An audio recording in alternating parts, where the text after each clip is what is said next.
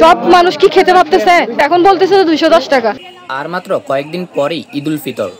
উৎসবের আনন্দ বাড়িয়ে তুলতে জমে উঠেছে বাজার সদাই। নিত্য প্রয়োজনীয় জিনিসপত্র কিনতে এখন সীতাকুণ্ডের বাজারগুলোতে ক্রেতাদের উপচে পড়া ভিড়। কাঁচা বাজার থেকে শুরু করে মাছ, মাংস, সেমাই, চিনি, মশলা সবকিছুতে বাড়তি চাহিদা। তবে নতুন সবজির দাম তুলনামূলক বেশি থাকলেও শীতকালীন সবজিতে মিলছে কিছুটা স্বস্তি। অন্যান্য রমজানে তো আমাদের সবজি অনেক দাম থাকে, এবার তো সবজির দাম বেশি কম।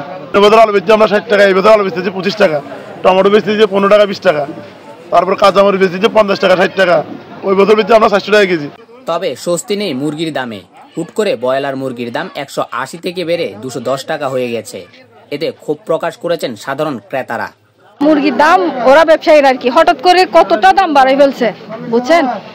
সব মানুষ কি খেতে পারতেছে? কিনে খাইতে পারতেছে? এখন বলতেছে 210 টাকা। আমি পরশুদিন নিয়ে গেছি 200 টাকা, তার আগে নিয়ে গেছি 80 টাকা 70 টাকা। তো এরকম হলে কিভাবে হবে? ব্রয়লার মুরগি কেজি 200 টাকা, সোনালিটা হলো যে 1 নম্বরটা হলো 330, আর হাইব্রিডটা হলো যে আপনার 320 টাকা, দেশিগুলো 520। তবে কিছুটা স্বস্তি আছে পেঁয়াজ ও মশলার বাজারে। আর ঈদের বিশেষ আকর্ষণ সেমাই, চিনি, নুডলস, পায়েস, হালিমের বেচা বিক্রি জমে উঠেছে বলে জানান বিক্রেতারা।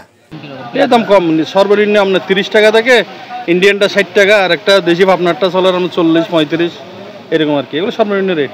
আমার এখানে হালিম, পায়েস, ফ্রেশ নুডলস, বনফুল, সেমাই, আপনার সবগুলো জিনিস ভালো চলতেছে ঈদ উপলক্ষে। চাপ থাকলেও ঈদকে কেন্দ্র করে কেনাকাটা থেমে নেই সীতাকুণ্ডের বাজারগুলোতে।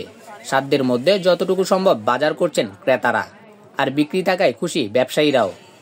শাহিদুল আলম নাহিম, রেডিও সাগরগিরি, সীতাকুণ্ড, চট্টগ্রাম।